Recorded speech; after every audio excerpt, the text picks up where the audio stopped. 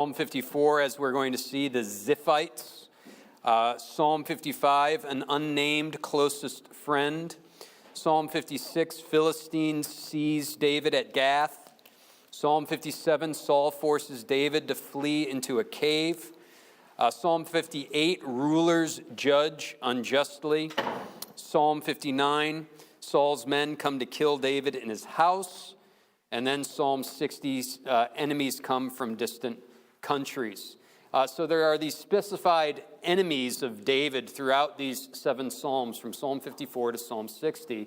But in all of them, they end with David triumphing over his enemies through the Lord that comes to his aid. So in many ways, Psalm 54 through 60, I know a lot of times the Psalter can be a little difficult because it seems like they're always kind of the same. They're kind of saying the same things at times. You read one, you've read them all. And I think it's helpful to know the flow of the Psalms and the way the Psalm is, the Psalter is sort of edited to teach a story and to help us and to aid us to know which sections of the Psalms to go to for particular occasions in our life. And if you're maybe dealing with people that are against you, or if you feel like the world is against you, or perhaps you feel like somebody has wronged you in some way, and it feels like the enemy is surrounding you, Psalm 54 through 60 is really a great place to go. It speaks to that theme of God's deliverance to his people in the midst of what seems like hopeless situations and even good friends backstabbing you. Now, you'll see here, I'm going to read the psalm, but then you'll see in the subscript there, to the choir master with stringed instruments, a maskil of David, when the Ziphites went and told Saul, is not David hiding among us? So we have a context to the psalm.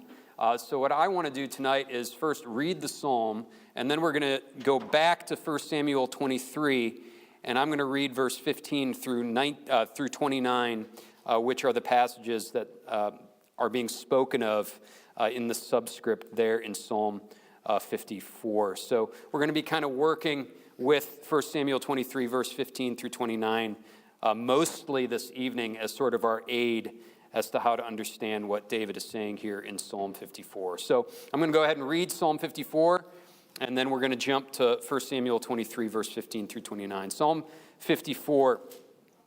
To the choir master with stringed instruments, a maskil of David, when the Ziphites went and told Saul, is not David hiding among us? O God, save me by your name, and vindicate me by your might. O God, hear my prayer. Give ear to the words of my mouth. For strangers have risen against me. Ruthless men seek my life. They do not set God before themselves. Selah. Behold, God is my helper. The Lord is the upholder of my life. You will return the evil to my enemies. In your faithfulness, put an end to them. With a free will offering, I will sacrifice to you. I will give thanks to your name, O Lord, for it is good. For he has delivered me from every trouble, and my eye has looked in triumph on my enemies. And now if you would turn with me to 1 Samuel 23 and read along with me. I'm going to go ahead and start in verse 15, and we'll go all the way to verse 29. David saw that Saul had come out to seek his life. David was in the wilderness of Ziph at Horesh. And Jonathan, Saul's son, rose and went to David at Horesh and strengthened his hand in God. And he said to him, do not fear, for the hand of Saul my father shall not find you. You shall be king over Israel, and I shall be next to you. Saul my father also knows this. And the two of them made a covenant before the Lord. And David remained at Horesh, and Jonathan went home. Then the Ziphites went up to Saul at Gibeah, saying, is not David hiding among us in the strongholds at Horesh on the hill of Hakilah, which is south of Jeshimon? Now come down, O king, according to all your heart's desire to come down, and our part shall be to surrender him into the king's hand. And Saul said, may you be blessed by the Lord, for you have had compassion on me. Go, make yet more sure. Know and see the place where his foot is, and who has seen him there. For it is told me that he is very cunning.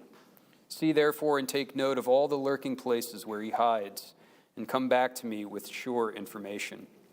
Then I will go with you, and if he is in the land, I will search him out and among all the thousands of Judah. And they arose and went to Ziph ahead of Saul. Now David and his men were in the wilderness of Maon, and the Arabah to the south of Jeshimon. And Saul and his men went to seek him. And David was told, so he went down to the rock and lived in the wilderness of Maon. And when Saul heard that, he pursued after David in the wilderness of Maon. Saul went on one side of the mountain, and David and his men on the other side of the mountain. And David was hurrying to get away from Saul. As Saul and his men were closing in on David and his men to capture them, a messenger came to Saul saying, "Hurry and come, for the Philistines have made a raid against the land." So Saul returned from pursuing after David and went against the Philistines. Therefore that place was called the Rock of Escape. And David went up from there and lived in the strongholds of the En-Gedi. So here we have the Ziphites who betray David to Saul in the wilderness of Ziph and Maon. And we have to ask the question right off the bat, who were the Ziphites? Well, the Ziphites were of the tribe of Judah and of the family of Caleb. And we know Caleb, of course, from Numbers 13, where Caleb and Joseph, along with 10 other spies, go out to spy out the land, and only Caleb and Joseph come back with a good report, courageously trusting in the Lord to deliver them from the giants in the land. But the 10 spies give a bad report, which brings out rebellion from the people. So Caleb is a strong, righteous man. He's from the tribe of Judah. Well, why would it be important that the Ziphites are from the tribe of Judah? Why would that be significant here?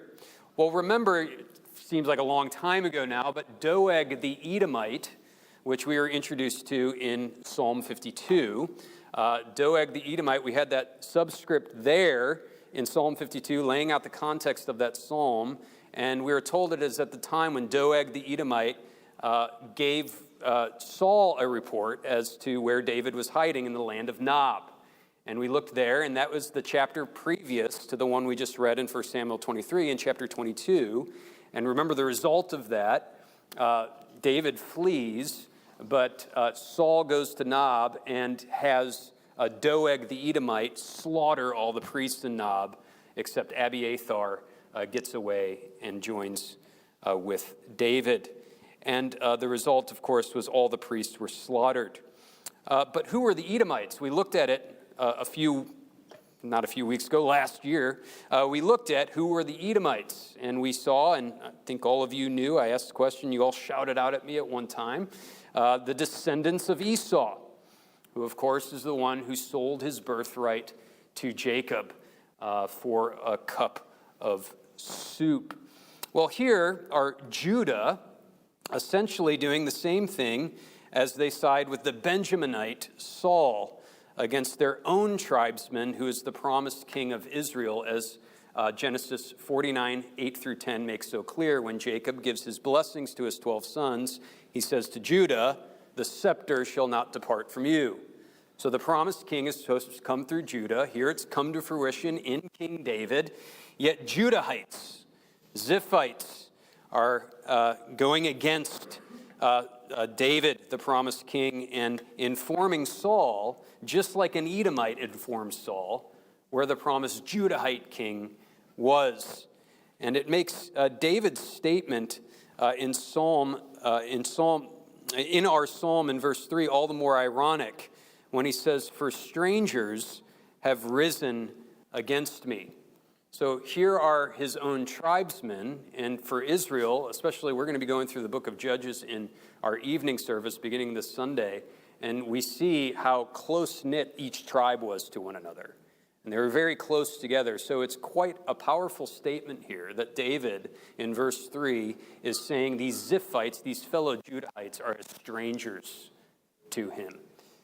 In the same way that Esau and Edom became strangers of the covenant and the promises of God. So you have this sort of irony where the Edomite basically is despising the birthright afresh as they call out David in the land of Nob, but his own tribesmen now are despising their birthright, if you will, as the king comes from their own tribe and they call out David and inform Saul that he is now in Ziph, in the wilderness of Ziph. Now, what I want to do is look at the Lord's help and David's resolve in the Lord's victory for him in correlation with the historical context we just read from. What I really want to do here this evening is maybe a little bit different than what we normally do. I'm going to really lean on 1 Samuel 23 and what we just read as sort of the interpretive grid through which we read Psalm 54. And we want to ask the question, how does God help and deliver David? And we'll look at three things tonight. First, we'll see that God brings deliverance through a friend. Second, God brings deliverance through perseverance. And then third, God brings deliverance through providence. So first, God brings deliverance through a friend. We saw in verse 15 through 18, Jonathan come to David, and he says, "Do not fear, for the hand of Saul my father shall not find you. You shall be king over Israel, and I shall be next to you. Saul my father also knows this." And the two made a covenant before the Lord. So here's a good word from a dear friend of David in the midst of a seemingly hopeless situation. But not only a dear friend, but a self-sacrificing, extremely godly friend. I think we've mentioned it before. We talked about it when we preached through 1 Samuel. But Jonathan, remember, Jonathan would be the first in line to be king after Saul dies. So if there's anyone that should be in hot pursuit of Saul, of David along with Saul, it would be Jonathan, who would win the throne if Saul remains king and passes with David dead. But Jonathan doesn't do that. Jonathan clings to the promises of God rather than to a kingly glory. And note what it says in verse 16 of 1 Samuel 23. He strengthened David's hand in God.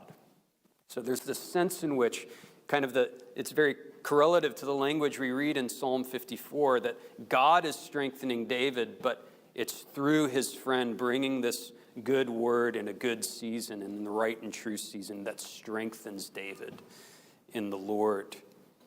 2 Timothy is basically the swan song of Paul. He's in a Roman prison, and he knows he's about to be executed. He's about to die. And in 2 Timothy 4:9, he says to Timothy as he's closing off his letter, "Do your best to come to me soon." It almost has this note of desperation. He wants his dear friend with him in this seemingly hopeless situation. And then he goes on to catalog all these friends that have abandoned him in his time of need. I think it's quite fascinating. Jesus at Gethsemane really wants his closest friends near him in that moment as he's nearing the cross. He wants Peter, James, and John there.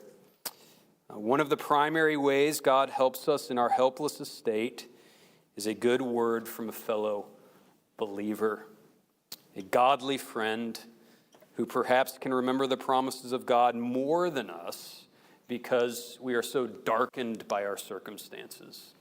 A godly friend who is maybe more in the light, and God's countenance seems, at least due to the providence that has smiled upon him, to be more upon him, and he can see things more clearly than we can because the darkness of our circumstances overwhelms us. And he reminds us of the things that we already know, but he reminds us because we forget them because of our circumstances. So a good friend, a good godly friend, is a means by which God brings his victory, brings his strength to his people in times of need. Our Jonathans in our life, sacrificing our own welfare, sacrificing our own riches to come near to one who is being pursued by a whole army to remind him of the promises of God. Second, God brings deliverance through perseverance. In 1 Samuel 23, verse 24 through 26, you have this chase of Saul and his henchmen going after David in the wilderness of Maon. And in verse 26, we read, Saul went on one side of the mountain, and David and his men on the other side of the mountain. And David was hurrying to get away from Saul.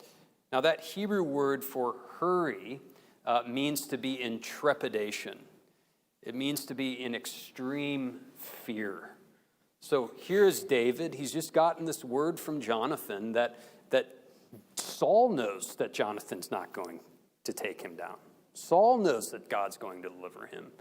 Yet nevertheless, there's a fearful situation, and David runs away, hurries away, scatters from Saul in fear and in trepidation. In other words, the strength of the Lord that is through Jonathan's word, the faith of God, or the faith of David in God's deliverance, doesn't translate to flying away on angels' wings. I think how many Christians have questioned the Lord's goodness because that's what they conclude faith in God will inevitably bring. I have faith, I've put my trust in the Lord, therefore I will never have to run away from the enemy in desperation. There will never be fear of things that are truly fearful to us as human beings in this world. I let go and I let God. Now, I think this room, we know that that's probably wrong, but I would just venture to guess that even all of us, even with strong Reformed convictions, there can still be that tendency, can't there? Lord, I go to church, I pray, I'm faithful. Why aren't you just bringing me blessing after blessing? Why can't I just relax? Why is the enemy continuing to pursue me? And what David is a wonderful example of is David doesn't just sit down and mope and just kind of surrender. He keeps running and running and running and running from the one who is in hot pursuit of him. Understanding that the means and the mechanism oftentimes by which God does bring deliverance is through our faithful perseverance, our spending and being spent for the Lord, our running and fleeing evil as it continues to nag at our heels. James chapter 4, verse 7. Submit yourselves therefore to God, resist the devil, and he will flee from you. Not submit yourselves to God and he will flee from you. And you just get rid of the resist. No, submit yourselves to God, resist, run, hurry. Maybe sometimes in trepidation. Away from evil and away from the enemy. And the Lord will deliver you. And that leads us into our third point. God brings deliverance through providence, through God's sweet providence in David's life.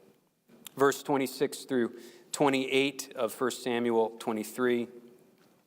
As Saul and his men were closing in on David and his men to capture them, a messenger came to Saul saying, "Hurry and come, for the Philistines have made a raid against the land."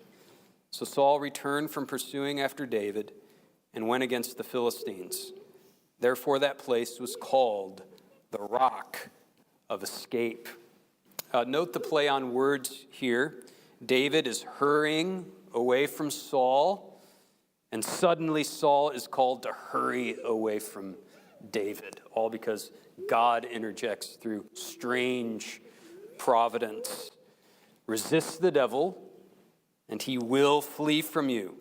And in ways we cannot foresee or even possibly imagine, often in strange circumstances. Been reading about the revolution and actually did a 4-part documentary series, a new one on Netflix on Churchill. He was a remarkable dude. But before America gets into the war, France goes down, and just Churchill is, the way he escaped, the way Britain was able to survive in that time before America gets into the war is remarkable.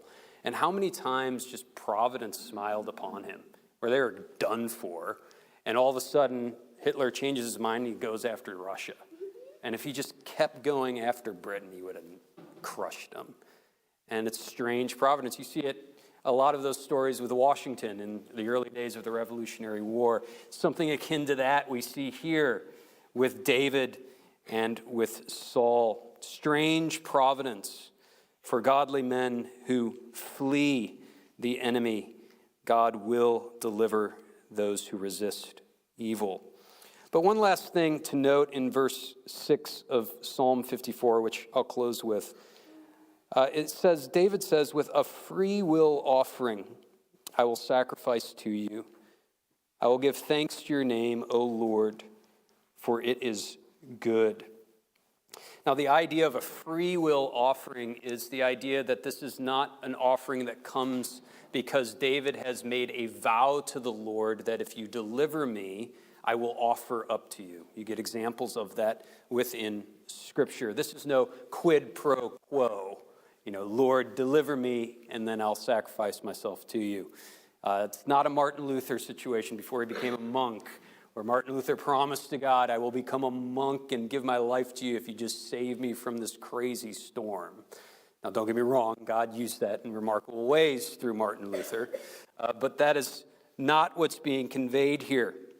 Rather, it conveys a heart that is after God, a heart that delights in the Lord's salvation and goodness, that it most freely gives to him out of thanksgiving. It's kind of what you see with Abel as opposed to Cain. You have this idea of Cain, he's just under compulsion giving the scraps of his fruit, and Abel, saturated in the goodness of God, gives the firstborn of his flock. It's a free will offering. 2 Corinthians 9:7. Each one must give as he has decided in his heart, not reluctantly or under compulsion, for God loves a cheerful giver. He loves free will offerings, offerings that come from a heart and a soul that has saturated itself in the goodness and the mercy and the love and the deliverance of God in and through Christ, coming with arms wide open, hearts wide open, and giving back to God what already belongs to him. All right, that's all we have for this evening. Let's go now into our time of prayer.